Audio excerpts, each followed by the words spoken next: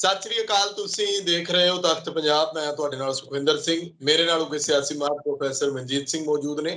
ਹੁਣ ਤੱਕ ਦੀਆਂ ਵੱਡੀਆਂ ਖਬਰਾਂ ਤੇ ਵੱਡੇ ਮੁੱਦਿਆਂ ਉੱਤੇ ਚਰਚਾ ਕਰਾਂਗੇ। ਸਵਾਗਤ ਹੈ ਤੁਹਾਡਾ ਪ੍ਰੋਫੈਸਰ ਸਾਹਿਬ। ਬਹੁਤ ਬਹੁਤ ਧੰਨਵਾਦ ਸੁਖਵਿੰਦਰ ਜੀ। ਧੰਨਵਾਦ ਪ੍ਰੋਫੈਸਰ ਸਾਹਿਬ। ਅੱਜ ਮੁਲਕ ਦੇ ਅੰਦਰ ਜ਼ਬਰੀ ਧਰਮ ਪਰਿਵਰਤਨ ਨੂੰ ਲੈ ਕੇ ਕਾਫੀ ਚਰਚਾ ਛਿੜੀ ਹੋਈ ਹੈ। ਜੇ ਆਪਾਂ ਕੇਂਦਰੀ ਸਿਆਸਤ ਦੇ ਵੱਲ ਨਜ਼ਰ ਮਾਰ ਲਈਏ, ਕੌਮੀ ਪੱਧਰ ਦੇ ਉੱਤੇ, ਤਾਂ ਉੱਥੇ ਹਿੰਦੂ ਰਾਸ਼ਟਰ ਦੀ ਗੱਲ ਆਉਂਦੀ ਹੈ। ਘੱਟ ਗਿਣਤੀਆਂ ਨੂੰ ਦੱਬਿਆ ਕੁਚਲਿਆ ਜਾਂਦਾ ਆ। ਜੇ ਆਪਾਂ ਪੰਜਾਬ ਦੀ ਗੱਲ ਕਰ ਲਈਏ ਤਾਂ ਇੱਥੇ ਈਸਾਈ ਰਾਸ਼ਟਰ ਬਣਦਾ ਨਜ਼ਰ ਆ ਰਿਹਾ। ਜਿਸ ਤਰੀਕੇ ਦੇ ਨਾਲ ਈਸਾਈ ਪੈਰ ਪਸਾਰ ਰਹੇ ਨੇ ਜਾਂ ਈਸਾਈਅਤ ਦਾ ਬੋਲਬਾਲਾ ਨਜ਼ਰ ਆਉਂਦਾ ਹੈ। ਸ਼੍ਰੋਮਣੀ ਗੁਰਦੁਆਰਾ ਪ੍ਰਬੰਧਕ ਕਮੇਟੀ ਵੀ ਚਿੰਤਤ ਹੈ, ਜਥੇਦਾਰ ਸਾਹਿਬ ਵੀ ਚਿੰਤਤ ਨੇ। ਹਾਲਾਂਕਿ ਮੇਰੇ ਧਿਆਨ ਚ ਆਉਂਦਾ ਕਿ ਅਕਸਰ ਮੈਂ ਇਹ ਸਵਾਲ ਕਰਦਾ ਹੁੰਦਾ ਕਿ ਬਾਕੀ ਧਰਮਾਂ ਦੇ ਲੋਕ ਜਿਹੜੇ ਪੰਜਾਬ ਦੇ ਵਿੱਚ ਵਸਦੇ ਨੇ ਉਹ ਇਹਦੇ ਤੋਂ ਇੰਨੇ ਚਿੰਤਤ ਨਹੀਂ। ਸੁਖਵਿੰਦਰ, ਇਹ ਬੜੀ ਅਜੀਬ ਗੱਲ ਹੈ ਕਿ ਸਾਡੀ 75 ਸਾਲ ਤੋਂ ਬਾਅਦ ਜਿਹੜੀ ਲੋਕਤੰਤਰ ਪ੍ਰਣਾਲੀ ਹੈ ਉਹ ਅਜੇ ਵੀ ਧਰਮਾਂ ਦੇ ਜੰਜਾਲ 'ਚ ਹੀ ਫਸੀ ਹੋਈ ਹੈ। ਫਸੀ ਨਹੀਂ, ਉਹਨੂੰ ਹੋਰ ਫਸਾਇਆ ਜਾ ਰਿਹਾ, ਜਾਨੀ ਹੋਰ ਉਹਨੂੰ ਗੂੜਾ ਕੀਤਾ ਜਾ ਰਿਹਾ। ਤੁਸੀਂ ਦੁਨੀਆ ਦੀਆਂ ਖਬਰਾਂ ਸੁਣੋ, ਦੇਸ਼ ਵਿਦੇਸ਼ ਦੀਆਂ, ਯੂਰਪ ਦੀਆਂ ਸੁਣੋ, ਅਮਰੀਕਾ ਦੀਆਂ ਸੁਣੋ, ਕੀ ਚਰਚਾਵਾਂ ਆ। ਬੇਰੁਜ਼ਗਾਰੀ ਆ, ਜਾਂ ਕਈ ਵਾਰੀ ਕੰਮ ਨਹੀਂ, ਲੋਕੀ ਕੰਮ ਤੇ ਨਹੀਂ ਆ ਰਹੇ। ਅਮਰੀਕਾ 'ਚ ਨਵੀਂ ਪ੍ਰੋਬਲਮ ਆਈ ਆ, ਬੰਦੇ ਨਹੀਂ ਲੱਭ ਰਹੇ ਕੰਮ ਕਰਨ ਵਾਲੇ। ਇਹ ਉਲਟਾ ਵੀ ਹੋਇਆ, ਕਿਤੇ ਬੇਰੁਜ਼ਗਾਰੀ ਆ, ਕਿਤੇ ਤੇਲ ਦੀਆਂ ਕੀਮਤਾਂ ਵਧ ਗਈਆਂ, ਕਿਤੇ ਬ੍ਰੈਡ ਦੀ ਕੀਮਤ ਵਧ ਗਈ।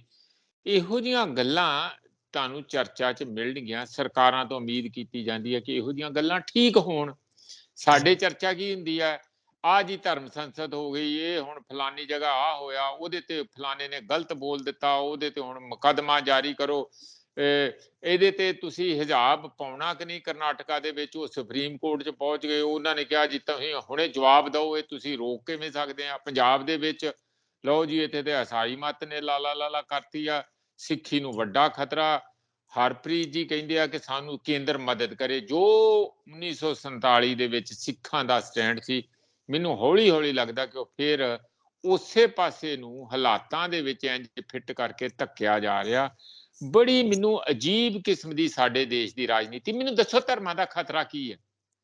ਧਰਮਾਂ ਨੂੰ ਖਤਰਾ ਕੀ ਹੈ? ਧਰਮ ਮੇਰਾ ਆਪਣਾ ਧਰਮ, ਤੁਹਾਡਾ ਆਪਣਾ ਧਰਮ, ਤੀਜੇ ਚੌਥੇ ਆਪੋ ਆਪਣੇ ਧਰਮਾਂ ਦੇ ਉੱਥੇ ਜਾਓ, ਜਾ ਕੇ ਨਤਮਸਤਕ ਹੋ। ਜਿਹਨੇ ਕਿਤੇ ਨਮਾਜ਼ ਪੜ੍ਹਨੀ ਨਮਾਜ਼ ਪੜ੍ਹੋ, ਕਿਸੇ ਨੇ ਮੰਦਿਰ ਦੇ ਵਿੱਚ ਆਪਣੀ ਸ਼ਰਧਾ ਨਾਲ ਘੰਟੀ ਵਜਾਉਣੀ ਘੰਟੀ ਵਜਾ ਕੇ ਆ ਜਾਓ, ਜਿਹਨੇ ਮੋਮਬੱਤੀ ਜਗਾਉਣੀ ਆ ਕੁਛ ਉਹ ਕਰ ਲਓ, ਜਿਹਨੇ ਮੱਥਾ ਟੇਕਣਾ ਗੁਰਦੁਆਰਾ ਸਾਹਿਬ ਵਿੱਚ ਉਹ ਚਲੇ ਜਾਓ। ਤੁਹਾਨੂੰ ਕੋਈ ਰੋਕਦਾ? ਕੀ ਦਿੱਕਤ ਹੈਗੀ? ਜੇ ਤੁਹਾਡੇ ਕੋਲ ਆਪੋ ਆਪਣਾ ਧਰਮ ਨਹੀਂ ਸਾਂਭਿਆ ਜਾਊਗਾ ਤੇ ਲੋਕ ਦੂਜੇ ਧਰਮਾਂ 'ਚ ਜਾਣਗੇ। ਉਹ ਉਹਨਾਂ ਦਾ ਅਧਿਕਾਰ ਆ, ਸੰਵਿਧਾਨਿਕ ਅਧਿਕਾਰ ਆ, ਤੁਸੀਂ ਕਿਸੇ ਨੂੰ ਰੋਕ ਨਹੀਂ ਸਕਦੇ। ਹੁਣ ਸਭ ਤੋਂ ਵੱਡੇ ਇੱਕ ਦੋ ਦੋਸ਼ ਲਗਾਤਾਰ ਪੰਜਾਬ ਦੇ ਸਿੱਖ ਸਮੁਦਾਇ ਵੱਲੋਂ, ਜਿਹਦੇ ਵਿੱਚ ਅਕਾਲ ਤਖਤ ਦੇ ਜਿਹੜੇ ਹੁਣ ਵਾਲੇ ਕਾਰਜਕਾਰੀ ਜਥੇਦਾਰ ਹੈਗੇ ਆ ਗਿਆਨੀ ਹਰਪ੍ਰੀਤ ਸਿੰਘ, ਉਹ ਵੀ ਚਿੰਤਾ ਪ੍ਰਗਟ ਕਰਦੇ ਆ। ਔਰ ਇਸੇ ਤਰੀਕੇ ਨਾਲ ਇੱਕ ਨਵੀਂ ਟੀਮ ਆਈ ਹੋਈ ਆ ਇੱਥੇ, ਜਿਹੜੀ ਡੇਲੀ ਸਿੱਖ ਗੁਰਦੁਆਰਾ ਮੈਨੇਜਮੈਂਟ ਕਮੇਟੀ। ਉਹਨਾਂ ਨੇ ਡੇਲੀ ਸਿੱਖ ਗੁਰਦੁਆਰਾ ਮੈਨੇਜਮੈਂਟ ਕਮੇਟੀ ਨੇ ਅੱਜ ਕੁਝ ਈਸਾਈ ਮਤ ਦੇ ਵਿੱਚ ਦਲਿਤ ਸਮੁਦਾਇ ਦੇ ਲੋਕ ਜਾ ਚੁੱਕੇ ਸੀ, ਜਿਹੜੇ ਉਹਨਾਂ ਨੂੰ ਵਾਪਸ ਕਰਾਇਆ, ਜਾਨੀ ਘਰ ਵਾਪਸੀ ਕਰਾਈ। ਫਿਰ ਇੰਟਰਵਿਊ ਦਵਾਈਆਂ। ਉਹ ਦੱਸਦੇ ਆ ਕਿ ਈਸਾਈ ਮਤ ਵਾਲਿਆਂ ਦਾ ਵੀ ਕੰਮ ਦੇਖੋ ਕਿ ਅਸੀਂ, ਸਾਡੇ ਕੋਲ ਇਹੋ ਜਿਹੇ ਜੰਤਰ ਮੰਤਰ ਹੈ, ਜਾਂ ਸਾਡੇ ਜਿਹੜੇ ਈਸਾ ਮਸੀਹ ਆ, ਜੇ ਉਹਨਾਂ ਦਾ ਤੁਸੀਂ ਪਾਠ ਕਰੋਗੇ, ਉੱਥੇ ਚਰਚ 'ਚ ਜਾਓਗੇ ਤੇ ਸਾਰੇ ਟੱਬਰ ਦੀਆਂ ਸਾਰੀਆਂ ਬਿਮਾਰੀਆਂ ਦੂਰ। ਜਾਨੀ ਉਹਨਾਂ ਨੂੰ, ਈਸਾਈ ਮਤ ਵਾਲਿਆਂ ਨੂੰ ਇਹ ਗੱਲ ਸਮਝ ਪੈ ਗਈ ਕਿ ਇੱਥੇ ਦੇ ਬੇਵਕੂਫ ਲੋਕ ਆ, ਟੂਣੇ ਟੱਪਣੇ ਕਰਦੇ ਆ, ਜੰਤਰ ਮੰਤਰ ਦੇ ਵਿੱਚ ਉਹਦੇ 'ਚ ਵਿਸ਼ਵਾਸ ਰੱਖਦੇ ਆ। ਜਾਨੀ ਉਹ ਸਾਇੰਸ ਵਿੱਚ ਅਜੇ ਵੀ ਉਹਨਾਂ ਦੀ ਬਿਰਤੀ ਨਹੀਂ ਗਈ। ਤੇ ਇਹਨਾਂ ਦਾ ਬੇਵਕੂਫ ਬਣਾਓ। ਜਿਹੜਾ ਬਣਨਾ ਚਾਹੁੰਦਾ ਤੇ ਉਹਨਾਂ ਨੂੰ ਧਰਮ ਦੇ ਵਿੱਚ ਜੁਆਇਨ ਕਰਾਓ, ਨਾਲ ਉਹਨਾਂ ਦੇ ਕੁਝ ਲੋਭ ਲਾਲਚ ਦੂਜਾ ਵੀ ਕਿਸੇ ਕਿਸਮ ਦਾ ਹੋਊਗਾ। ਇਹ ਇੰਟਰਵਿਊ ਦੇ ਵਿੱਚ ਜਿਹੜੀਆਂ ਵੀਡੀਓ ਸਾਹਮਣੇ ਆਈਆਂ, ਉਹ ਬੀਬੀ ਕਹਿੰਦੀ ਕਿ ਸਾਨੂੰ ਤੇ ਕੋਈ ਫਾਇਦਾ ਨਹੀਂ ਹੋਇਆ, ਅਸੀਂ ਹੁਣ ਦੁਬਾਰਾ ਆਪਣਾ ਸਿੱਖੀ ਦੇ ਵਿੱਚ ਆ ਰਹੇ ਹਾਂ। ਸਵਾਲ ਇਹ ਹੈ, ਆਪਾਂ ਬਾਕੀ ਗੱਲਾਂ ਬਾਅਦ 'ਚ ਕਰਦੇ ਹਾਂ, ਕਿ ਜੇ ਅਸੀਂ ਆਪਣੇ ਪੰਜਾਬੀਆਂ ਨੂੰ ਜਾਂ ਆਪਣੇ ਸਿੱਖਾਂ ਨੂੰ, ਖਾਸ ਕਰਕੇ ਜਿਹੜਾ ਦਲਿਤ ਸਮੁਦਾਇ ਆ, ਜਿਹਦੇ ਕਰਕੇ ਸਿੱਖੀ ਇੰਨੀ ਪ੍ਰਬਲ ਤੌਰ ਤੇ ਆਈ, ਇਨੀ ਕੀ ਵਜ੍ਹਾ ਸੇ, ਇਹ ਜਿਹੜੀ ਗੱਲ ਗੁਰੂ ਗੋਬਿੰਦ ਸਿੰਘ ਜੀ ਨੇ ਕਹੀ ਨਾ, ਉਹ ਇਸ ਮਤ 'ਚ ਇਹ ਨਹੀਂ ਸੀ ਵੀ ਕਹੀ ਕਿ ਫਲਾਨਾ ਇੱਕ ਜਿਹੜਾ ਡੋਮੀਨੈਂਟ ਸਮੁਦਾਇ ਹੈ ਉਹਦੇ ਅਸੀਂ ਚੱਲਾਂਗੇ ਨਾ। ਅਸਲ 'ਚ ਜਿਹੜੇ ਦੱਬੇ ਕੁਚਲੇ ਲੋਕ ਸੀ, ਜਿਹੜੇ ਦਲਿਤ ਸਮੁਦਾਇ ਸੀ, ਜਿਹੜੇ ਔਰਤਾਂ ਸੀਗੀਆਂ ਜਾਂ ਹੋਰ ਕੋਈ ਵੀ ਕਿਸੇ ਵੀ ਧਰਮ ਦੇ ਦੱਬੇ ਕੁਚਲੇ ਲੋਕ ਹੋਣ, ਉਹਨਾਂ ਸਾਰਿਆਂ ਨੂੰ ਸੰਬੋਧਿਤ ਹੁੰਦੀ ਸੀ ਸਾਡੀ ਸਿੱਖੀ। ਉਹਨਾਂ ਨੇ ਪੰਜ ਪਿਆਰਿਆਂ 'ਚ ਉਂਝ ਸਿਲੈਕਸ਼ਨ ਵੀ ਕੀਤੀ। ਉਹਦੇ 'ਚ ਦੇਖੋ ਕੋਈ ਐਂ ਤਾਂ ਨਹੀਂ ਵੀ ਉੱਥੇ ਸਾਰੇ ਜੱਟ ਸੀ ਜਾਂ ਕੋਈ ਹੋਰ ਖੱਤਰੀ ਸੀ ਜਾਂ ਕੋਈ ਰਾਜਪੂਤ ਸੀ, ਇਸ ਤਰ੍ਹਾਂ ਨਹੀਂ ਸੀ। ਇਹ ਇੱਕ ਸਾਫ਼-ਸਾਫ਼ ਤੁਹਾਡੇ ਕੋਲ ਪ੍ਰੂਫ ਦੀ ਗੱਲ ਹੈਗੀ। ਹੁਣ ਹੁੰਦਾ ਕੀ ਹੈ ਕਿ ਜਦੋਂ ਕੋਈ ਧਰਮ ਦੀ ਜਿਹਦੇ ਵਿੱਚ ਧਰਮ ਨੂੰ ਤੁਸੀਂ ਕਿਤੇ ਉਹਦੀ ਨਿਉ ਰੱਖਣੀ ਆ ਜਾਂ ਉਹਦੇ ਬਾਨੀ ਬਣਨਾ, ਬੜੀਆਂ ਕੁਰਬਾਨੀਆਂ ਕਰਨੀਆਂ ਪੈਂਦੀਆਂ। ਨੌਵੇਂ ਪਾਤਸ਼ਾਹ ਦੀ ਕੁਰਬਾਨੀ ਕਰਨੀ ਪਈ, ਛੇਵੇਂ ਪਾਤਸ਼ਾਹ, ਪੰਜਵੇਂ ਪਾਤਸ਼ਾਹ, ਸਾਰਿਆਂ ਨੇ ਆਪਣੀਆਂ ਆਪਣੀਆਂ ਕੁਰਬਾਨੀਆਂ ਕੀਤੀਆਂ, ਤੱਤੀਆਂ ਤਵੀਆਂ ਤੇ ਬੈਠੇ। ਤੁਸੀਂ ਦਸਵੇਂ ਪਾਤਸ਼ਾਹ ਨੇ ਜੋ ਕੁਰਬਾਨੀ ਕੀਤੀ ਉਹ ਤੇ ਲਾਸਾਨੀ ਹੈ, ਦੁਨੀਆ ਯਾਦ ਕਰਦੀ, ਕੋਈ ਪੂਰਾ ਭਾਰਤ ਮੰਨਦਾ, ਵਿਦੇਸ਼ਾਂ 'ਚ ਮੰਨਦੇ। ਉਹ ਕੁਰਬਾਨੀਆਂ ਤੋਂ ਜਦੋਂ ਇੱਕ ਚੀਜ਼ ਸੰਸਥਾ ਹੋਂਦ ਵਿੱਚ ਆ ਗਈ, ਕਬਜ਼ਾ ਉਹ ਲੋਕ ਕਰ ਲੈਂਦੇ ਆ ਜਿਹਦਾ ਉਸ ਮਾਰਗ ਦੇ ਨਾਲ, ਉਸ ਓਰੀਜਨਲ ਆਈਡੀਆ ਦੇ ਨਾਲ ਲੈਣਾ ਦੇਣਾ ਕੁਛ ਨਹੀਂ। ਮੈਂ ਤੁਹਾਨੂੰ ਇਹਦਾ ਪ੍ਰੂਫ ਦੱਸਦਾ। ਪ੍ਰੂਫ ਇਹਦਾ ਇਹ ਹੈ ਕਿ ਹੁਣੇ ਜਵਾਹਰ ਲਾਲ ਨਹਿਰੂ ਯੂਨੀਵਰਸਿਟੀ ਦੀ ਵਾਈਸ ਚਾਂਸਲਰ ਸ਼ਾਂਤੀ ਸ੍ਰੀ, ਉਹਨੇ ਇੱਕ BR ਅੰਬੇਦਕਰ ਸਾਹਿਬ ਦੇ ਤੇ ਯੂਨੀਫਾਰਮ ਸਿਵਲ ਕੋਡ ਤੇ ਕੁਛ ਲੈਕਚਰ ਦੇਣਾ ਸੀ। ਉਹਨਾਂ ਲੈਕਚਰ ਦਿੱਤਾ, ਅਖਬਾਰਾਂ 'ਚ ਇੱਕ ਵੱਡੀ ਖਬਰ ਆਈ। ਹਾਲਾਂਕਿ ਬਾਅਦ ਵਿੱਚ ਉਹਨਾਂ ਨੇ ਕਿਹਾ ਮੇਰਾ ਮਤਲਬ ਇਹ ਨਹੀਂ ਸੀ, ਇਹ ਮੇਰੀ ਸਟੇਟਮੈਂਟ ਨਹੀਂ ਸੀ, ਇਹ ਮੈਂ ਤੇ BR ਅੰਬੇਦਕਰ ਸਾਹਿਬ ਨੂੰ ਕੋਟ ਕਰਕੇ ਗੱਲ ਕਰ ਰਹੀ ਸੀ। ਸਟੇਟਮੈਂਟ ਇਹ ਸੀ ਕਿ ਨੋ ਬ੍ਰਾਹਮਣ ਵਾਜ਼ ਐਵਰ ਗॉड।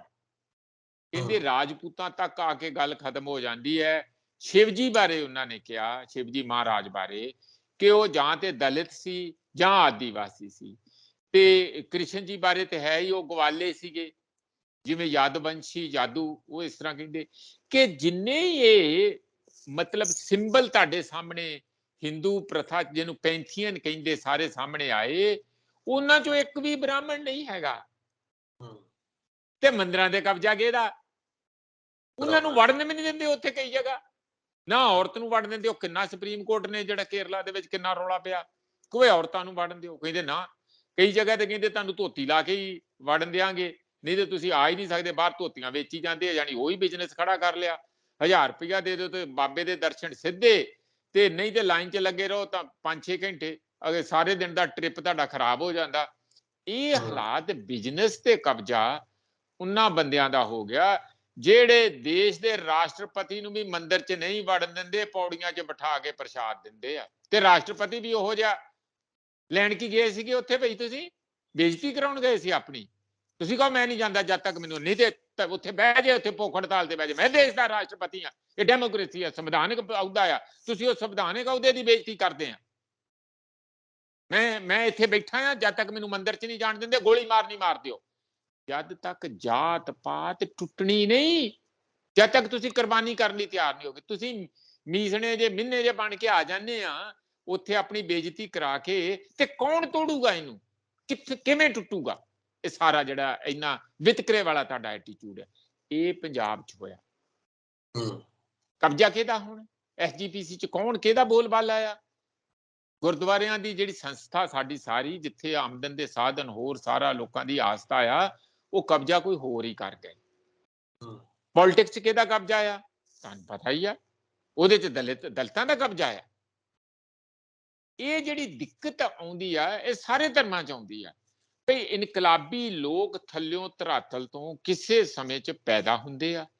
ਉਹ ਸਮਾਜ ਨੂੰ ਜੋੜਨ ਲਈ, ਸਮਾਜ ਦੇ ਵਿੱਚ ਇੱਕ ਸਦਭਾਵਨਾ ਪੈਦਾ ਕਰਨ ਲਈ, ਮਾਨਵਵਾਦੀ ਸੋਚ ਨੂੰ ਗਹਿਰਾ ਕਰਨ ਲਈ ਕੋਈ ਮੂਵਮੈਂਟਾਂ ਚੱਲਦੀਆਂ, ਕੁਰਬਾਨੀਆਂ ਹੁੰਦੀਆਂ, ਲਹੂ ਲਹਾਨ ਹੁੰਦੇ ਆ, ਪੀੜ੍ਹੀਆਂ ਦਰ ਪੀੜ੍ਹੀਆਂ ਉਹਦੇ ਲਈ ਕੁਰਬਾਨੀਆਂ ਕਰਦੀਆਂ। ਤੇ ਜਦੋਂ ਉਹ ਚੀਜ਼ ਬਣ ਜਾਂਦੀ ਆ, ਤਿਆਰ ਹੋ ਜਾਂਦੀ ਆ, ਤੇ ਉਹਦਾ ਬਿਜ਼ਨਸ ਕਰਨ ਲਈ ਕੋਈ ਹੋਰ ਹੀ ਪੈਦਾ ਹੋ ਜਾਂਦੇ। ਪਹਿਲਾਂ ਤੇ ਗਿਆਨੀ ਹਰਪ੍ਰੀਤ ਜੀ ਤੁਸੀਂ ਜਵਾਬ ਦਿਓ। ਤੁਸੀਂ ਜੋ ਦੂਜੇ ਧਰਮਾਂ ਨੂੰ ਤੀਜੇ ਦਿਨ ਨਿੰਦਣ ਬਹਿ ਜਾਂਦੇ ਆ ਵੀ ਆਹ ਹੋ ਗਿਆ, ਇੰਜ ਹੋ ਗਿਆ, ਅਸੀਂ ਇੰਜ ਨਹੀਂ ਕਰਾਂਗੇ, ਫਲਾਨਾ ਕਰਾਂਗੇ। ਤੁਸੀਂ ਪੰਜਾਬ ਦੀ ਧਰਤੀ ਤੋਂ ਸਿੱਖੀ ਨੇ ਪਿਛਲੇ 300 ਸਾਲਾਂ ਦੇ ਵਿੱਚ ਦਲਿਤ ਨਾਂ ਦਾ ਸ਼ਬਦ ਕਿਉਂ ਨਹੀਂ ਖਤਮ ਹੋਇਆ? ਮਤਲਬ ਇਹਦਾ ਮਤਲਬ ਇੰਜ ਨਾ ਉਲਟਾ ਲਿਓ ਵੀ ਗਰੀਬੀ ਖਤਮ ਕਰਨੀ ਆ ਤੇ ਗਰੀਬ ਖਤਮ ਕਰ ਦਿਓ, ਇੰਜ ਨਾ ਲਿਓ ਤੁਸੀਂ। ਮੇਰਾ ਮਤਲਬ ਕਿ ਦਲਿਤ ਇੱਥੇ ਕਿਉਂ ਰਹੇ, ਕਿਉਂ ਸ਼ਡਿਊਲਡ ਕਾਸਟ ਰਹੀ, ਕਿਉਂ ਰਿਜ਼ਰਵੇਸ਼ਨ ਰਹੀ ਵੀ ਇੱਥੇ ਅਜੇ ਤੱਕ? ਤੁਹਾਨੂੰ ਸਾਰਿਆਂ ਨੂੰ ਸਿੱਖ ਬਣਾਉਣਾ ਚਾਹੀਦਾ ਸੀ। ਕੋਈ ਗਿੱਲ ਬਣ ਗਿਆ, ਕੋਈ ਸਿੱਧੂ ਬਣ ਗਿਆ, ਕੋਈ ਸੰਧੂ ਬਣ ਗਿਆ, ਕੋਈ ਬਰਾੜ ਬਣ ਗਿਆ, ਕੋਈ ਕੁਛ ਬੱਲ ਬਣ। ਤੁਸੀਂ ਇਸ ਦੀ ਵਿਰੋਧਤਾ ਵਿੱਚ ਕੀ ਕੀਤਾ? ਤੁਹਾਨੂੰ ਤੇ ਸਾਰਿਆਂ ਨੂੰ ਸਿੰਘ ਬਣਾਇਆ ਤੇ ਸਾਰਿਆਂ ਨੂੰ ਕੌਰ ਬਣਾਇਆ ਤਾਂ ਕਿ ਕਿਸੇ ਦਾ ਪਤਾ ਨਾ ਲੱਗੇ, ਕਿ ਸਾਰੇ ਬਰਾਬਰ ਲੱਗਣ। ਕਿੱਥੋਂ ਆ ਗਏ ਪਿੱਛੇ ਛੱਡ ਕੇ? ਇਹ ਸਾਰਾ ਕਲੈਨਵਾਦ ਖਤਮ ਹੋਣਾ ਚਾਹੀਦਾ। SGPC ਨੂੰ ਇਹ ਚਾਹੀਦਾ ਸੀਗਾ ਸੁਖਵਿੰਦਰ ਕਿ ਉਹ ਪਿੰਡਾਂ ਦੇ ਨਾਂ ਲਾ ਦਿੰਦੀ। ਪਿੰਡ ਦੇ ਵਿੱਚ ਸਾਰੀਆਂ ਜਾਤਾਂ, ਸਾਰੀਆਂ ਬਰਾਦਰੀਆਂ, ਤੇ ਸਾਰਾ ਪਿੰਡ ਆਪਣੇ ਪਿੰਡ ਦੀ ਬਰਾਦਰੀ ਤੇ ਇੱਕ ਮੁੱਠ ਨਜ਼ਰ ਆਏ, ਮਹਿਸੂਸ ਕਰੇ ਕਿ ਅਸੀਂ ਸਾਰੇ ਇੱਕੋ ਜਿਹੇ ਆ, ਤੇ ਸਾਰੇ ਆਪਣੀ ਨਾਂ ਦੇ ਪਿੱਛੇ ਪਿੰਡ ਦਾ ਨਾਂ ਲਾ ਲਓ। ਜੇ ਨਹੀਂ ਸਰਦਾ, ਵੈਸੇ ਤੇ ਸਿੰਘ ਤੇ ਹੀ ਖਤਮ ਹੋ ਜਾਣਾ ਚਾਹੀਦਾ ਤੇ ਕੌਰ ਤੇ ਖਤਮ ਹੋ ਜਾਣਾ ਚਾਹੀਦਾ। ਜੇ ਅੱਗੇ ਲਾਉਣਾ ਹੀ ਆ, ਨਹੀਂ ਸਰਦਾ, ਤੁਹਾਨੂੰ ਲੱਗਦਾ ਕਿ ਨਾਂ ਦੀ ਧਾਂਕ ਨਹੀਂ ਪੈਂਦੀ, ਵਜਨ ਨਹੀਂ ਪੈਂਦਾ, ਤੇ ਪਿੰਡ ਦਾ ਨਾਂ ਲਾ ਲਓ। ਕੋਈ ਲੁਧਿਆਣੇ ਦਾ ਸ਼ਾਇਰ ਲੁਧਿਆਣਵੀ ਲੁਧਿਆਣਾ ਲਾ ਲਓ। ਜੇ ਕੋਈ ਕਲਕੱਤੇ ਗਿਆ, ਮਨਜੀਤ ਸਿੰਘ ਕਲਕੱਤਾ ਸੀਗੇ, ਤੁਹਾਨੂੰ ਪਤਾ ਹੀ, ਉਹ ਕਲਕੱਤੇ ਦਾ ਲਾ ਲਓ। ਜੇ ਕੋਈ ਮੁੰਬਈ 'ਚ ਬੈਠਾ ਸਿੱਖ, ਦਲਬੀਰ ਸਿੰਘ ਮੁੰਬਈ ਲਾ ਲਓ। ਜੇ ਕੋਈ ਫਰਾਂਸ ਗਿਆ, ਮਨਜੀਤ ਸਿੰਘ, ਸਰਜੀਤ ਸਿੰਘ, ਹਰਜੀਤ ਸਿੰਘ, ਫਰਾਂਸ ਲਾ ਲਓ, ਹੈ ਨਾ। ਜੇ ਤੁਸੀਂ ਅੰਗਰੇਜ਼ ਸਿੰਘ ਨਾਂ ਰੱਖ ਸਕਦੇ ਆ ਤੇ ਕੀ ਦਿੱਕਤ ਆ ਤੁਹਾਨੂੰ? ਇਹੋ ਜਿਹੇ ਨਾਂ ਰੱਖ ਲਓ, ਲਾ ਲਓ ਨਾ ਪਿੱਛੇ ਤੁਸੀਂ। ਉਹ ਤੁਹਾਨੂੰ ਤੁਹਾਡੀ ਜਿਹੜੀ ਅੰਦਰੋਂ ਤਮੰਨਾ, ਭੁੱਖ ਆ, ਉਹ ਵੀ ਪੂਰੀ ਕਰ ਦੂਗੀ, ਪਰ ਨਾਲ ਹੀ ਜਿਹੜੀ ਜਾਤੀਗਤ ਜੜ ਆ ਤੁਹਾਡੀ, ਉਸ ਨੂੰ ਇੱਕ ਵੱਡੀ ਚੋਟ ਮਾਰੂਗੀ, ਕਿਉਂਕਿ ਸਾਰੇ ਬਰਾਬਰ ਲੱਗਣਗੇ। ਉਸ ਪਿੰਡ ਦੇ ਬੱਲ, ਪਿੰਡ ਦੇ ਸਾਰੇ ਬੱਲ, ਗਿੱਲ ਪਿੰਡ ਦੇ ਸਾਰੇ ਗਿੱਲ, ਕਿਸੇ ਨੂੰ ਨਹੀਂ ਲੱਭੂਗਾ। ਫਿਰ ਵੀ ਲੋਕ ਕੋਸ਼ਿਸ਼ ਕਰਦੇ ਆ। ਤੁਹਾਨੂੰ ਮੈਂ ਅੱਜ ਦੀ ਤਰੀਕ 'ਚ ਦੱਸਦਾ, ਬਹੁਤ ਸਾਰੇ ਦਲਿਤ ਇਸੇ ਤਰੀਕੇ ਨਾਲ, ਜਿਨ੍ਹਾਂ ਨੇ ਪਿੰਡ ਦੇ ਨਾਂ ਲਾ ਲਏ, ਕੋਈ ਬੱਲ ਹੋ ਗਏ, ਕੋਈ ਗਿੱਲ ਹੋ ਗਏ, ਕੋਈ ਸੰਧੂ ਹੋ ਗਏ, ਕੋਈ ਸਿੱਧੂ ਹੋ ਗਏ, ਇਸ ਤਰ੍ਹਾਂ ਹੈਗੇ ਆ। ਇਸੇ ਤਰੀਕੇ ਨਾਲ ਪਾਕਿਸਤਾਨ 'ਚ ਮੁਸਲਮਾਨਾਂ 'ਚ ਵੀ ਇਹ ਹੈਗੇ ਆ, ਜਾਟਾਂ ਵਾਲੇ। ਇਹ ਜਿਹੜੀਆਂ ਕਲੈਨ ਨਾਂ ਸਾਰੇ ਹੈਗੇ ਆ, ਜਿਨ੍ਹਾਂ ਨੂੰ ਗੋਤਾਂ ਕਹਿੰਦੇ ਆ। ਅਸੀਂ ਭਾਈ ਉਹਨਾਂ ਨੂੰ ਜਾਣੀ ਇਹ ਵੀ ਇੱਕ ਕਿਸਮ ਦਾ ਮੈਂ ਤੇ ਬੜਾ ਵਰਦਾਨ ਹੀ ਸਮਝੂਗਾ, ਜੇ ਉਹ ਇਸ ਤਰ੍ਹਾਂ ਹੈਗਾ ਤੇ ਉਹਦੇ ਨਾਲ ਮਿਕਸ ਅਪ ਹੋਇਆ, ਉਹਨਾਂ ਨੂੰ ਬਰਾਬਰਤਾ ਦਾ ਰੁਤਬਾ ਮਿਲਿਆ। ਕੋਈ ਨਹੀਂ ਕਹਿੰਦਾ ਕਿ ਉਹਨਾਂ ਨੂੰ, ਹਾਲਾਂਕਿ ਜਦੋਂ ਤੁਸੀਂ ਰਿਜ਼ਰਵੇਸ਼ਨ ਲੈਨੇ ਆ, ਉਦੋਂ ਤੁਹਾਡਾ ਪਤਾ ਤੇ ਲੱਗਦਾ ਹੀ ਆ ਵੀ ਆਹ ਫਲਾਨਾ ਸਿੱਧੂ ਆ, ਆਹ ਫਲਾਨਾ ਬਾਲਿਆ, ਤੇ ਆਹ ਫਲਾਨਾ ਜੱਟ ਬਾਲਿਆ, ਆਹ ਨੌਨ ਜੱਟ ਬਾਲਿਆ। ਇਹ ਉਦਣ ਜਾਤੀਵਾਦ ਦਾ ਕੋਡ ਖਤਮ ਹੋਊ ਜਿੱਦਣ ਤੁਸੀਂ ਉਹਨਾਂ ਨੂੰ ਆਰਥਿਕ ਤੌਰ ਤੇ ਸੱਚੀ ਮੁੱਚੀ ਬਰਾਬਰ ਲਿਆਓਗੇ।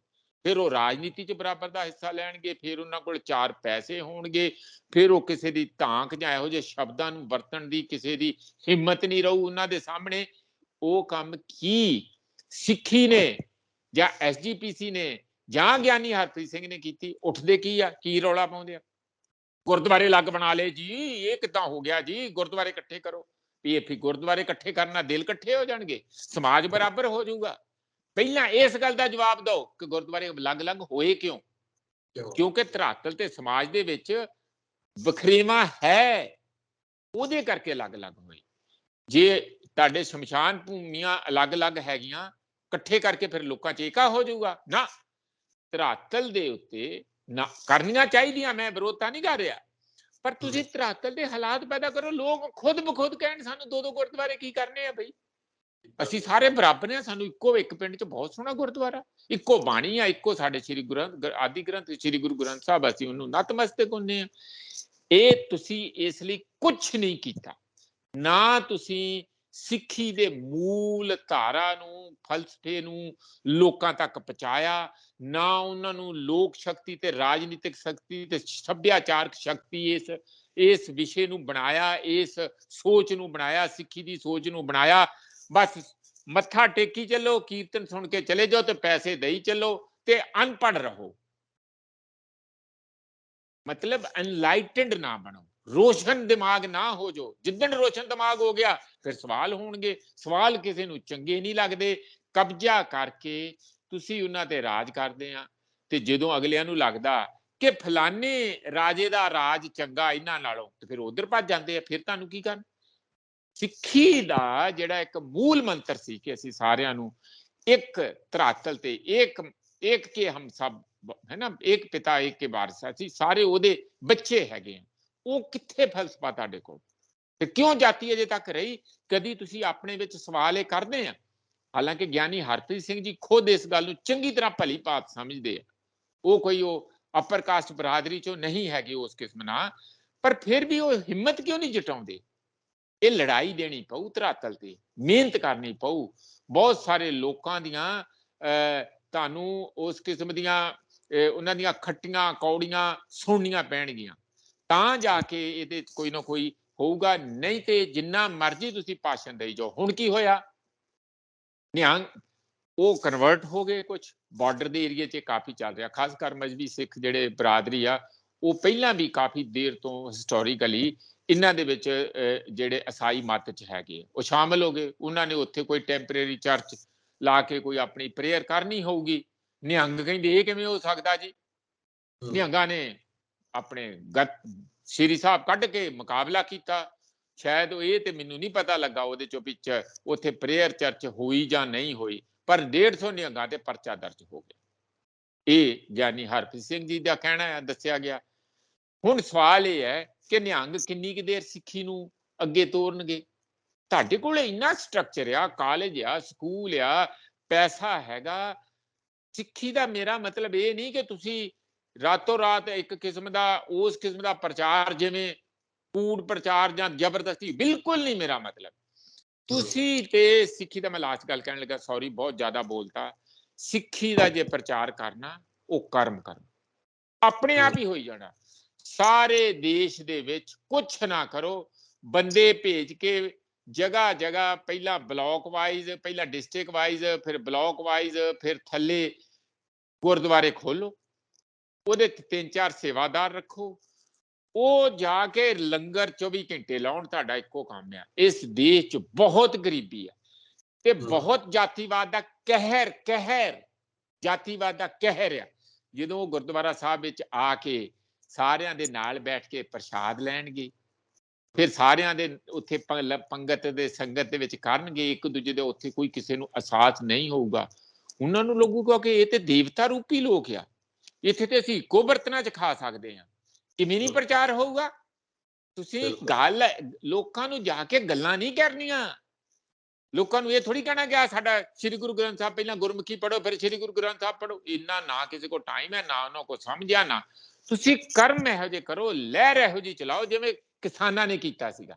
ਸਾਰੀ ਦੁਨੀਆ 'ਚ ਮੈਸੇਜ ਗਿਆ ਕਿ ਆਹ ਕਿਹੜੇ ਲੋਕ ਆ, ਇਹ ਥੱਕਦੇ ਹੀ ਨਹੀਂ, ਇਹ ਤੇ ਸਾਰਿਆਂ ਨੂੰ ਗਲੇ ਲਾ ਕੇ ਚੱਲਦੇ ਆ। ਕੋਈ ਉੱਥੇ ਮਜ਼ਹਬ ਨਹੀਂ, ਕੋਈ ਉੱਥੇ ਜਾਤ ਨਹੀਂ, ਸਭ ਇੱਕ ਕਮਿਊਨਿਟੀ ਬਰਾਦਰੀ ਦੇ ਤੌਰ ਤੇ। ਉਹ ਭਾਰਤ ਵਿੱਚ ਹੁੰਦਿਆਂ ਹੋਇਆਂ ਇਹੋ ਜਿਹਾ ਨਕਸ਼ਾ ਉਹਨਾਂ ਨੇ ਬਣਾ ਦਿੱਤਾ 1.25 ਸਾਲ ਲਈ। ਤੁਸੀਂ ਉਹ ਕਿਸਾਨਾਂ ਤੋਂ ਸਿੱਖ ਕੇ ਨਵਾਂ ਇਹ ਨਕਸ਼ਾ ਸਾਰੇ ਦੇਸ਼ ਦੇ ਵਿੱਚ ਅੱਗੇ ਕਿਉਂ ਨਹੀਂ ਤੋਰਦੇ ਪਏ? ਕੀ ਤੁਹਾਨੂੰ ਤਕਲੀਫ ਆ? ਕੀ ਪੈਸੇ ਦੀ ਕਮੀ ਆ? ਦੁਨੀਆ 'ਚੋਂ ਪੈਸਾ ਆਜੂ, ਤੁਹਾਨੂੰ ਹਜ਼ਾਰਾਂ ਕਰੋੜਾਂ ਡਾਲਰ ਪੈਸੇ ਆ ਜਾਣਗੇ, ਤੁਸੀਂ ਕਰਕੇ ਤੇ ਦੇਖੋ। ਬਸ ਮੈਂ ਬਾਰ-ਬਾਰ ਇਸ ਲਈ ਥੋੜਾ ਲੰਬਾ ਬੋਲਿਆ ਸੁਖਵਿੰਦਰ, ਅੱਜ ਮੈਨੂੰ ਦੁੱਖ ਹੁੰਦਾ ਕਿ ਇੰਨੇ ਸੋਹਣੇ ਲੋਕ, ਮਿਹਨਤੀ ਲੋਕ, ਦੇਸ਼ ਵਿਦੇਸ਼ ਦੇ ਵਿੱਚ ਧਾਂਕ ਹੋਵੇ ਉਹਨਾਂ ਲੋਕਾਂ ਦੀ, ਔਰ ਉਹ ਆਪਣੀ ਧਰਤੀ ਤੇ ਇੰਨੇ ਗਰੀਬੜੇ ਜਿਹੇ ਵਿਚਾਰੇ ਲੱਗਣ, ਔਰ ਉਹਨਾਂ ਨੂੰ ਖਤਰਾ ਹੋ ਜਾਏ ਕਿ ਸਾਨੂੰ ਦੂਸਰੇ ਧਰਮ ਜਿਹੜੇ ਤੋੜ ਕੇ ਸਾਡੀ ਜ਼ਮੀਨ ਖਿਸਕਾ ਰਹੇ ਆ।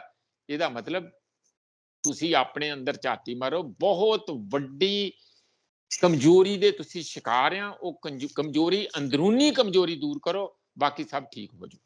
ਬਿਲਕੁਲ। ਜਦੋਂ ਗੁਰੂ ਸਾਹਿਬ ਇਹ ਗੱਲ ਕਹਿੰਦੇ ਨੇ ਕਿ ਇਨਹੀ ਕੀ ਕਿਰਪਾ ਕੇ ਸਜੇ ਹਮ ਹੈ, ਨਹੀਂ ਮੋਸੋ ਗਰੀਬ ਕਰੋੜ ਪਰੇ, ਏਕ ਪਿਤਾ ਏਕ ਅਸਕੇ ਹਮ ਬਾਰਕ। ਜ਼ਰੂਰੀ ਇਹ ਹੋ ਜਾਂਦਾ ਕਿ ਗੁਰਬਾਣੀ ਦੇ ਫਲਸਫੇ ਨੂੰ ਲੋਕਾਂ ਤੱਕ ਪਹੁੰਚਾਇਆ ਜਾਵੇ, ਤਾਂ ਹੀ ਲੋਕਾਂ ਨੂੰ ਪਤਾ ਲੱਗੇਗਾ ਮਾਨਵਤਾ ਦਾ। ਲੋਕਾਂ ਨੂੰ ਪਤਾ ਲੱਗੇਗਾ ਕਿ ਉਹਨਾਂ ਨੇ ਦਾਨ ਕਿਸ ਤਰ੍ਹਾਂ ਕਰਨਾ ਹੈ, ਉਹਨਾਂ ਨੇ ਭਜਨ ਕਿਸ ਤਰ੍ਹਾਂ ਕਰਨਾ, ਜਾਂ ਕਿਸ ਤਰੀਕੇ ਦੇ ਨਾਲ ਧਰਮ ਦਾ ਪ੍ਰਚਾਰ ਪ੍ਰਸਾਰ ਹੋਣਾ। ਸ਼੍ਰੋਮਣੀ ਕਮੇਟੀ ਆਪਣੇ ਆਪ ਦੇ ਵਿੱਚ ਇੱਕ ਸਰਕਾਰ ਵਜੋਂ ਵਿੱਚ ਕੰਮ ਕਰਦੀ ਹੈ, ਕਿਉਂਕਿ ਸ਼੍ਰੋਮਣੀ ਕਮੇਟੀ ਦਾ ਬਜਟ ਵੀ ਬਹੁਤ ਵੱਡਾ, ਪਰ ਫਿਰ ਵੀ ਉਹ ਜਿਹੜੇ ਟੀਚੇ ਹਾਸਲ ਕਰਨੇ ਚਾਹੀਦੇ ਸੀਗੇ ਧਰਮ ਦੇ ਆਧਾਰ ਦੇ ਉੱਤੇ, ਉਹ ਇਹਨਾਂ ਤੋਂ ਹਾਸਲ ਨਹੀਂ ਹੋਏ। ਤੇ ਹੁਣ ਜਿਵੇਂ ਤਾਲੋ ਖੁੱਥੀ ਡੂਮਣੀ ਗਾਵੇ ਆਲ ਪਤਾਲ, ਉਹ ਵਾਲਾ ਕੰਮ ਹੋਇਆ।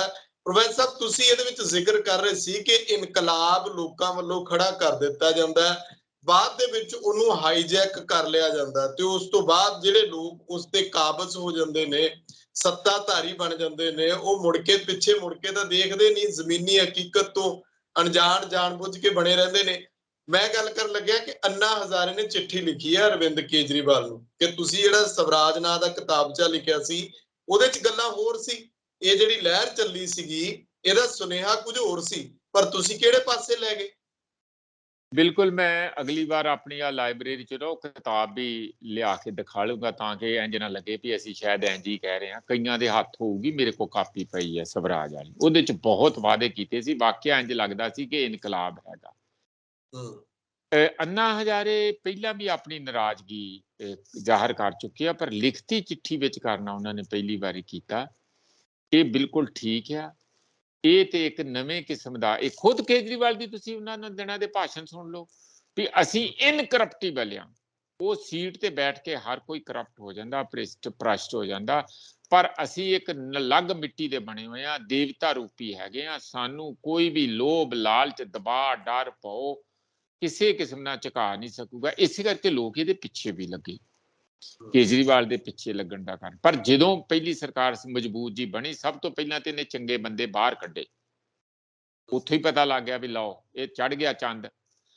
ਦੂਜਾ ਜਿਹੜਾ ਲੋਕਪਾਲ ਸਭ ਤੋਂ ਸੈਂਟਰਲ ਇਹਨਾਂ ਦਾ ਮੁੱਦਾ ਸੀ ਵੀ ਅਸੀਂ ਦੇਸ਼ ਚੋਂ ਭ੍ਰਿਸ਼ਟਾਚਾਰ ਖਤਮ ਕਰਨਾ, ਇੱਕ ਮਜ਼ਬੂਤ ਲੋਕਪਾਲ ਜਿਹਦੇ ਵਿੱਚ ਸ਼ਾਂਤੀ ਭੂਸ਼ਣ, ਪ੍ਰਸ਼ਾਂਤ ਭੂਸ਼ਣ ਉਹਨਾਂ ਦਾ ਬੜਾ ਯੋਗਦਾਨ ਸੀ, ਉਹਦਾ ਡਰਾਫਟ ਤਿਆਰ ਹੋਇਆ ਸੀ, ਉਹਨੂੰ ਲਾਗੂ ਹੀ ਨਹੀਂ ਕੀਤਾ। ਸਾਨੂੰ ਸਾਰਿਆਂ ਨੂੰ ਰਲ ਕੇ ਉਹਦੇ ਇਹ ਲੋਕਪਾਲ ਨੂੰ ਬਣਾਉਣ ਦੇ ਹੱਕ ਦੇ ਵਿੱਚ ਮੁਜ਼ਾਹਰੇ ਕਰਨੇ ਪਏ ਦਿੱਲੀ ਸਰਕਾਰ ਦੇ ਵਿਰੁੱਧ, ਥਾਣੇ 'ਚ ਵੀ ਲੈ ਕੇ ਗਏ ਫੜ ਕੇ ਸਾਨੂੰ, ਤਾਂ ਜਾ ਕੇ ਉਹ ਲੋਕਪਾਲ ਬਣਿਆ। ਤੇ ਲੋਕਪਾਲ ਦੇ ਜਿਹੜੇ ਕਾਇਦਾ ਕਾਨੂੰਨ, ਸੰਵਿਧਾਨ ਜਿਸ ਦੇ ਤਹਿਤ ਬਣਿਆ, ਉਸ ਨੂੰ ਇੰਨਾ ਪੇਤਲਾ ਕਰਤਾ ਕਿ ਫਿਰ ਉਹਦੇ ਤੇ ਸਰਕਾਰ ਦਾ ਕੰਟਰੋਲ ਕਰਤਾ, ਜਦਕਿ ਉਹ ਸਰਕਾਰੀ ਕੰਟਰੋਲ ਤੋਂ ਇਲੈਕਸ਼ਨ ਕਮਿਸ਼ਨ ਵਾਂਗੂ ਬਿਲਕੁਲ ਬਾਹਰ ਰੱਖਿਆ ਜਾਣਾ ਸੀ, ਤਾਂ ਕਿ ਉਹ ਖੁੱਲ ਕੇ ਕਿਸੇ ਦਬਾਅ ਤੋਂ ਬਿਨਾਂ ਲੋਕਪਾਲ ਲੋਕਾਂ ਦੀਆਂ ਸ਼ਿਕਾਇਤਾਂ ਦਾ ਜਾਂ ਭ੍ਰਿਸ਼ਟਾਚਾਰ ਨੂੰ ਦੂਰ ਕਰ ਸਕੇ ਤੇ ਲੋਕਾਂ ਦੀਆਂ ਸ਼ਿਕਾਇਤਾਂ ਦਾ ਨਿਵਾਰਨ ਕਰ ਸਕੇ। ਉਹ ਉੱਥੋਂ ਹੀ ਤੁਸੀਂ ਅੰਦਾਜ਼ਾ ਲਾ ਸਕਦੇ ਆ ਕਿ ਹੁਣ ਕੇਜਰੀਵਾਲ ਹੋਣਾ ਦਾ ਟਾਰਗੇਟ ਦੂਜੀਆਂ ਪਾਰਟੀਆਂ ਵਾਂਗੂ ਉਹਨਾਂ ਨਾਲੋਂ ਵੀ ਜ਼ਿਆਦਾ ਸਪੀਡ ਨਾਲ, ਤੇਜ਼ੀ ਨਾਲ ਤੇ ਜ਼ਿਆਦਾ ਵੱਡੇ ਐਂਬੀਸ਼ਨ ਦੇ ਨਾਲ, ਅੰਦਰੋਂ ਇੰਨਾ ਜ਼ਿਆਦਾ ਕਾਹਲੀ ਆ ਕਿ ਮੈਂ ਛੇਤੀ ਪ੍ਰਧਾਨ ਮੰਤਰੀ ਮੈਨੂੰ ਬਣਾ ਦਿਓ, ਮੈਨੂੰ ਤੇ ਰਾਤ ਨੂੰ ਨੀਂਦ ਨਹੀਂ ਆਉਂਦੀ। ਉਹ ਸੱਤਾ ਦੀ ਖੇਲ ਦੇ ਵਿੱਚ ਐਨ ਲੋਟ-ਪੋਟ ਹੋ ਚੁੱਕੇ ਆ, ਔਰ ਉਹਦੇ ਰਿਜ਼ਲਟ ਉਹੀ ਨਿਕਲਣਗੇ ਜਿਸ ਦੀ ਚਿੰਤਾ ਅੰਨਾ ਹਜ਼ਾਰੇ ਨੂੰ ਖਾ ਰਹੀ ਆ ਵੀ ਅਸੀਂ ਕਿੱਥੋਂ ਚੱਲੇ। ਤੇ 10 ਸਾਲਾਂ ਤੋਂ 10 ਸਾਲ ਪੂਰੇ ਹੋਣ ਤੋਂ ਪਹਿਲਾਂ ਹੀ ਅਸੀਂ ਕਿੱਥੇ ਪਹੁੰਚ ਗਏ, ਇਹ ਗੱਲ ਸਾਰਾ ਜੱਗ ਵੀ ਦੇਖ ਰਿਹਾ। ਤੇ ਅੰਨਾ ਹਜ਼ਾਰੇ ਕਿਉਂਕਿ ਸਾਰੀ ਚੀਜ਼ ਦਾ ਉਸ ਮੂਵਮੈਂਟ ਦਾ ਮੋਢੀ ਤੇ ਸਰਪ੍ਰਸਤ ਸੀ, ਉਹਨੇ ਮੂਵਮੈਂਟ ਛੇੜੀ ਸੀ ਇੰਡੀਆ ਅਗੇਂਸਟ ਕਰਪਸ਼ਨ, ਜਿਹੜੀ ਕਿ ਆਰਐਸਐਸ ਦੀ ਮੂਵਮੈਂਟ ਸੀ, ਜਿਹਦੇ ਵਿੱਚੋਂ ਇਹ ਕੇਜਰੀਵਾਲ ਨਿਕਲ ਕੇ ਆਇਆ ਕਿ ਸਿਆਸਤ ਨੂੰ ਹੱਥ ਪਾਇਆ ਬਗੈਰ ਇਹ ਕੰਮ ਠੀਕ ਨਹੀਂ ਹੋਣਾ। ਤੇ ਸਿਆਸਤ ਨੇ ਉਹੀ ਰੰਗ ਦਿਖਾਏ ਜਿਹਦੇ ਤੇ ਖੁਦ ਕਦੀ ਕੇਜਰੀਵਾਲ ਭਾਸ਼ਣ ਦੇ ਕੇ ਕਹਿੰਦਾ ਸੀਗਾ ਕਿ ਅਸੀਂ ਅਲੱਗ ਸਿਆਸੀ ਬੰਦੇ ਹੋਵਾਂਗੇ, ਪੁਰਾਣੀਆਂ ਸਾਰੀਆਂ ਨਾਲੋਂ ਅਲੱਗ। ਪਰ ਹੁਣ ਅੱਜ ਦੀ ਤਰੀਕ 'ਚ ਕੋਈ ਫਰਕ ਨਜ਼ਰ ਨਹੀਂ ਆ ਰਿਹਾ। ਹਾਲਾਂਕਿ ਸਵਾਲ ਤਾਂ ਅੰਨਾ ਹਜ਼ਾਰੇ ਤੇ ਵੀ ਖੜਾ ਹੁੰਦਾ ਹੈ ਕਿ ਕਦੇ-ਕਦੇ ਗੁਫਾ ਤੋਂ ਬਾਹਰ ਆਉਂਦੇ ਨੇ, ਕੁਝ ਮਾੜਾ-ਮੋਟਾ ਬਿਆਨ ਦੇ ਕੇ ਸਰਕਾਰ ਨੂੰ ਅੱਖਾਂ ਜੀਆਂ ਕੱਢਦੇ ਨੇ, ਫਿਰ ਪਤਾ ਨਹੀਂ ਕੀ ਹੋ ਜਾਂਦਾ ਕਿ ਇੱਕੋ ਦਮ ਵਾਪਸੀ ਕਰ ਜਾਂਦੇ ਨੇ ਕਿ ਸਭ ਕੁਝ ਜਿਹੜਾ ਇਸ ਕਰਕੇ ਕਿਤੇ ਨਾ ਕਿਤੇ ਗੁਜਰਾਤ ਦੀ ਇਲੈਕਸ਼ਨ ਵੀ ਸਾਹਮਣੇ ਆ ਰਹੀਆਂ, ਬੀਜੇਪੀ ਨੂੰ ਵੀ ਖਤਰਾ ਆ। ਤੇ ਕਿਉਂਕਿ ਬਿਲਕਿਸ ਬਾਨੋ ਦਾ ਮਸਲਾ ਵੀ ਦੇਖਿਆ ਹੋਣਾ, ਮੈਨੂੰ ਨਹੀਂ ਲੱਗਦਾ, ਮੇਰੇ ਧਿਆਨ 'ਚ ਤਾਂ ਕੋਈ ਆਇਆ ਨਹੀਂ ਕਿ ਅੰਨਾ ਹਜ਼ਾਰੇ ਉਹਦੇ ਉੱਤੇ ਕੁਝ ਬੋਲੇ ਹੋਣ, ਜਾਂ ਜਿਹੜਾ ਹਿੰਦੂ ਰਾਸ਼ਟਰ ਧਰਮ ਸੰਸਥਾ ਚੱਲ ਰਹੀਆਂ ਅੰਨਾ ਹਜ਼ਾਰੇ ਉੱਤੇ ਕੁਝ ਬੋਲੇ ਹੋਣ। ਸਵਾਲ ਤਾਂ ਅੰਨਾ ਹਜ਼ਾਰੇ ਤੇ ਵੀ ਉੱਠਦੇ ਨੇ, ਪਰ ਚਲੋ ਜੋ ਕੁਝ ਅਰਵਿੰਦ ਕੇਜਰੀਵਾਲ ਕਰ ਰਹੇ ਨੇ ਉਹਦੇ ਤੇ ਜਿਹੜੇ ਸਵਾਲ ਉੱਠਦੇ ਨੇ ਉਹਨਾਂ ਤੇ ਵੀ ਚਰਚਾ ਕਰਨੀ ਬਣਦੀ ਹੈ। ਹਾਂਜੀ ਸੁਖਵਿੰਦਰ ਤੇ ਕੇਜਰੀਵਾਲ ਨੇ ਬਿਲਕਿਸ ਬਾਨੋ ਉੱਤੇ ਕਿੰਨੇ ਕੁ ਬਿਆਨ ਦੇ ਦਿੱਤੇ, ਕਿੰਨੀ ਕੁ ਲੜਾਈ ਦੇ ਦਿੱਤੀ ਹੈ। ਇਹ ਸਾਰੇ ਇੱਕੋ ਜਿਹੇ ਹੈ, ਰੂਟ ਸਾਰਿਆਂ ਦੀ ਇੱਕੋ ਹੀ ਹੈ, ਮਾਂ ਪਿੱਛੋਂ ਇੱਕੋ ਹੀ ਹੈ, ਭਾਰਤ ਮਾਤਾ ਦੀ ਜੈ। ਬਸ ਇਹ ਉੱਥੋਂ ਹੀ ਉਸੇ ਬੋਲੀ ਚੋਂ ਉਸੇ ਭਾਸ਼ਾ ਚੋਂ ਚੱਲਦੇ ਆ। ਸਾਨੂੰ ਇੰਝ ਦਿਖਾਉਂਦੇ ਆ ਕਿ ਪਤਾ ਨਹੀਂ ਇਹਨਾਂ ਨੇ ਕਿਹੜਾ ਨਵਾਂ ਤੂਫਾਨ ਲੈ ਆਉਣਾ ਤੇ ਨਵੀਂ ਰਾਜਨੀਤੀ ਲੈ ਆਉਣੀ, ਉਹ ਲੋਕਾਂ ਦਾ ਬੇਵਕੂਫ ਬਣਾਉਂਦੇ। ਪਰ ਇੱਥੇ ਤਾਂ ਪ੍ਰੋਫੈਸਰ ਸਾਹਿਬ ਜਿਹੜੇ ਜੋੜ ਤੋੜ ਵੀ ਸਿਆਸੀ ਤੌਰ ਦੇ ਉੱਤੇ ਨਜ਼ਰ ਆਉਂਦੇ ਨੇ। ਕੈਪਟਨ ਸਾਹਿਬ ਫੇਰ ਐਕਟਿਵ ਹੋ ਗਏ, ਜਾ ਕੇ ਪ੍ਰਧਾਨ ਮੰਤਰੀ ਮੋਦੀ ਸਾਹਿਬ ਨੂੰ ਮਿਲ ਕੇ ਆਏ ਨੇ। ਸੁਖਵਿੰਦਰ ਮਿਲ ਕੇ ਹੀ ਨਹੀਂ ਆਏ, ਆਪਣੇ ਸਾਹਿਬਜ਼ਾਦੇ ਦੀ ਵੀ ਨਾਲ ਫੋਟੋ ਲਵਾ ਆਏ ਆ।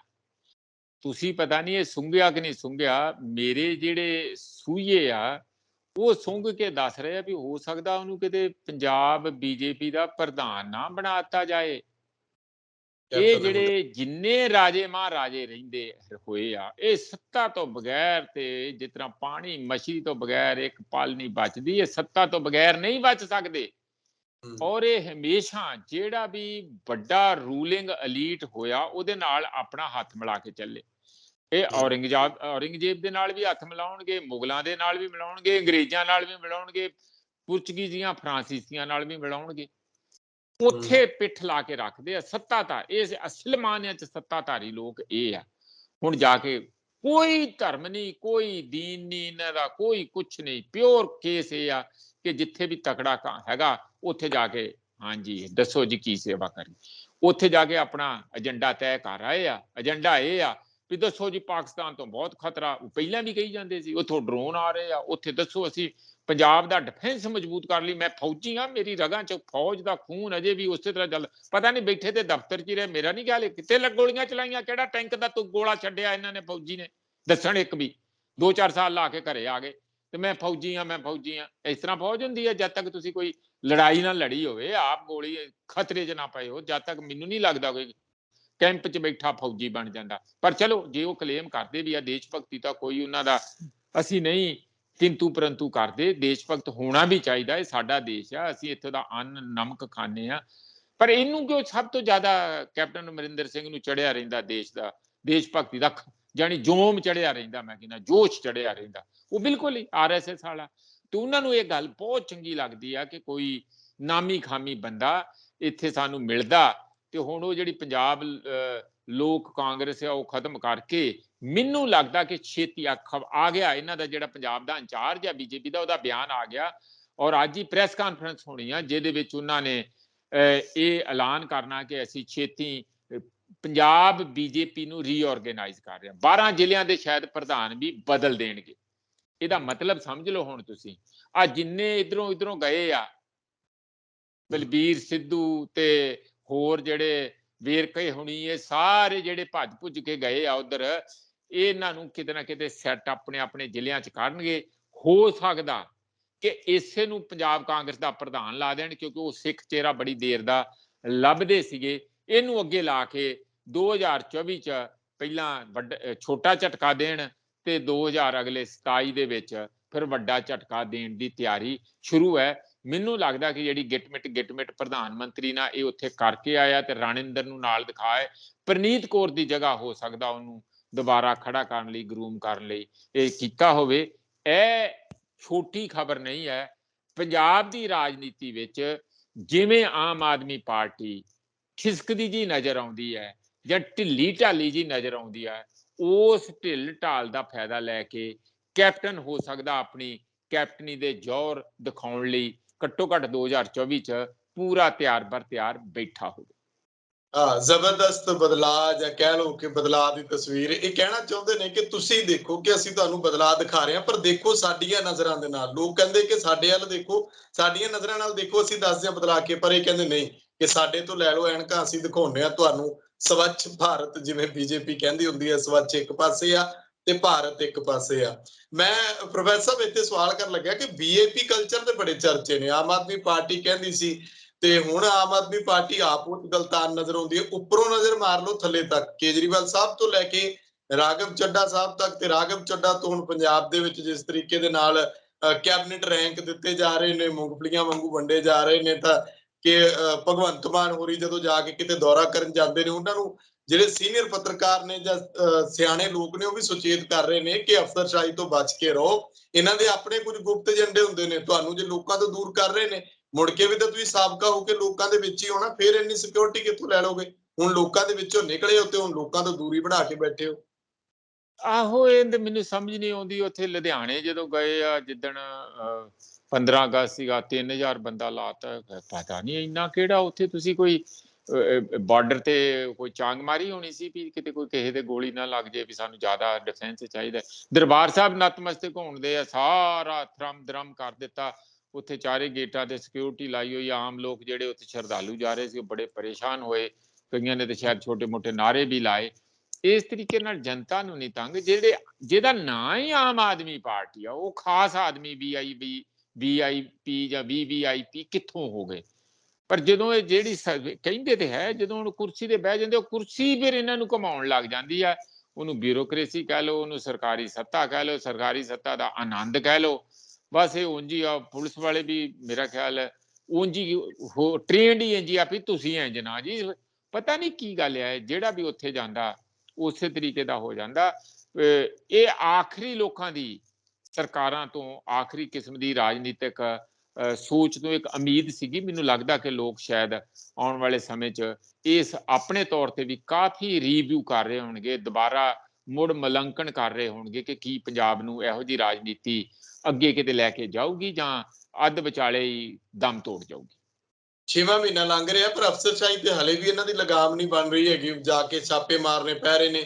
ਹੁਣ ਮੈਂ ਸੋਚਦਾ ਕਿ ਹਰ ਜ਼ਿਲ੍ਹੇ ਦੇ ਵਿੱਚ ਹਰ ਸਰਕਾਰੀ ਦਫ਼ਤਰ 'ਚ ਤਾਂ ਕੋਈ ਮੰਤਰੀ ਬਹਿਣ ਹੋ ਰਿਹਾ, ਤੇ ਫਿਰ ਤੁਸੀਂ ਕਾਬੂ ਕਿੱਦਾਂ ਰੱਖੋਗੇ ਇਹਨਾਂ ਸਾਰਿਆਂ ਉੱਤੇ?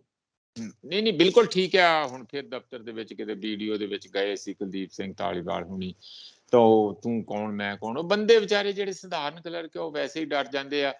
ਇੱਕ ਗੋਰਕੀ ਦੀ ਕਹਾਣੀ ਹੈ, ਨਾਵਲੇਟ ਹੈਗਾ, ਕਲਰਕ ਦੀ ਮੌਤ ਕਹਾਣੀ ਹੈਗੀ ਆ, ਤੇ ਉਹ ਕਿਤੇ ਵਿਚਾਰਾ ਸਿਨੇਮਾ ਦੇਖ ਰਿਹਾ ਹੁੰਦਾ, ਪਿੱਛੇ ਕਿਤੇ ਹਨੇਰਾ ਸੀਗਾ, ਉਹਨੇ ਛਿੱਕ ਮਾਰ ਦਿੱਤੀ ਤੇ ਅੱਗੇ ਉਹਦਾ ਅਫਸਰ ਬੈਠਾ ਸੀ, ਬੌਸ ਉਹਦਾ।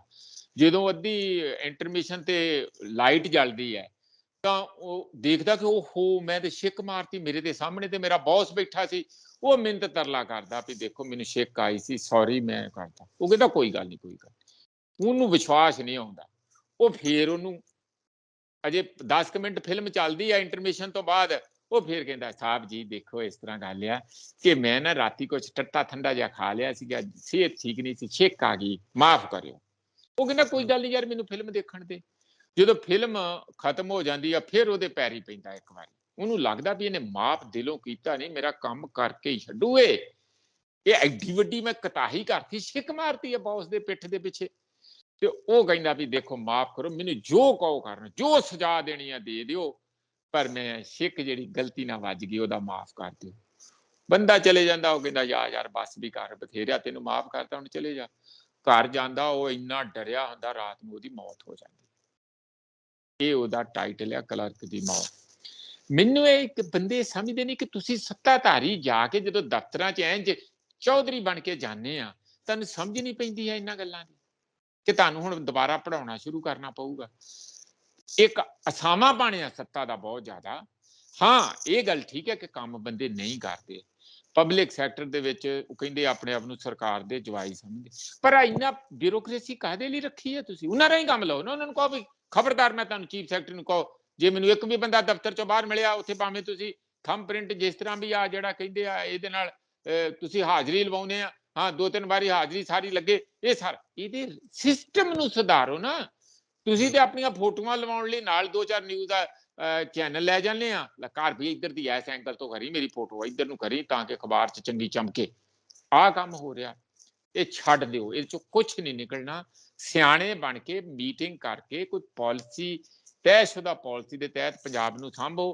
ਫੋਟੋਆਂ ਬਥੇਰੀਆਂ ਲੱਗ ਗਈਆਂ, ਪ੍ਰਾਪੇਗੰਡਾ ਬਥੇਰਾ ਹੋ ਗਿਆ, ਨਹੀਂ ਤੇ ਲੋਕ ਫਿਰ ਇੱਕ ਦਿਨ ਭੜਕ ਜਾਣਗੇ ਤੇ ਫਿਰ ਮੁਸ਼ਕਲ ਹੋਊਗੀ। ਹਾਂਜੀ, ਇੱਕ ਪ੍ਰੋਫੈਸਰ ਹੋਰ ਬੜੀ ਹੈਰਾਨਗੀ ਦੀ ਗੱਲ ਹੈ, ਮੈਂ ਆਖਰੀ ਖਬਰੀ ਲੈਣ ਲੱਗਿਆ ਕਿ ਫਾਈਲਾਂ ਬਹੁਤ ਛੇਤੀ ਗਾਇਬ ਹੋ ਜਾਂਦੀਆਂ। ਸਰਕਾਰ ਕੋਈ ਵੀ ਹੋਵੇ, ਫਾਈਲਾਂ ਮਿਲਦੀਆਂ ਨਹੀਂ। ਕਰਪਸ਼ਨ ਦੇ ਕੇਸ ਜਿਹੜੇ ਲੱਗੇ ਹੁੰਦੇ ਨੇ, ਭਾਰਤ ਭੂਸ਼ਣ ਆਸ਼ੂ ਦੇ ਮਸਲੇ 'ਚ ਵੀ ਕਹਿ ਰਹੇ ਨੇ ਕਿ 2 ਫਾਈਲਾਂ ਗਾਇਬ ਹੋ ਗਈਆਂ। ਇਸ ਤੋਂ ਪਹਿਲਾਂ ਵੀ ਖਬਰਾਂ ਆਉਂਦੀਆਂ ਰਹੀਆਂ ਕਿ ਜੀ ਫਾਈਲਾਂ ਗਾਇਬ ਨੇ, ਰਿਕਾਰਡ ਨਹੀਂ ਹੈਗਾ।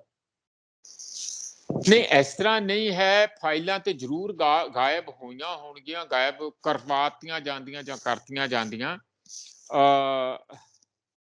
ਆਪਾਂ ਨੂੰ ਇਹ ਪਤਾ ਹੀ ਹੈ, ਤੁਸੀਂ ਬਰਗਾੜੀ ਵਾਲੇ ਤੋਂ ਸਮਝੋ, ਤੁਸੀਂ ਸਮੇਧ ਸੈਣੀ ਦਾ ਮਲਤਾਨੀ ਵਾਲਾ ਕੇਸ 30 ਸਾਲ ਤੋਂ ਉੱਪਰ 32-30 ਸਾਲ ਤੋਂ ਉੱਪਰ ਹੋ ਗਿਆ ਹੈ ਨਾ, 31 ਸਾਲ ਹੋ ਗਏ। ਇਸੇ ਤਰੀਕੇ ਨਾਲ ਹੀ ਸਮਝੋ ਕਿ ਕੋਰਟਾਂ ਦੇ ਰਾਹੀਂ, ਕੋਰਟਾਂ ਦੇ ਵਿੱਚ ਤਾਈਆਂ ਤੇ ਕਿਸੇ, ਮੈਨੂੰ ਨਾਂ ਭੁੱਲ ਗਿਆ ਉਸ ਜੱਜ ਦਾ, ਉਹਨੇ ਕਿਹਾ ਸੀ ਉੱਥੇ ਫੈਸਲੇ ਹੁੰਦੇ ਆ, ਇਨਸਾਫ ਨਹੀਂ ਹੁੰਦੇ। ਇਨਸਾਫ ਤੇ ਹੁਣ ਜਿਹਦੀ ਸੱਤਾ ਉਹ ਫਿਰ ਕਿਤੇ ਲਾਗੇ ਲੱਗਣ ਦਿੰਦਾ, ਉਹੋ ਜਿਹੇ ਕਾਨੂੰਨ ਕੱਢ ਕੇ ਲੈ ਆਉਂਦਾ।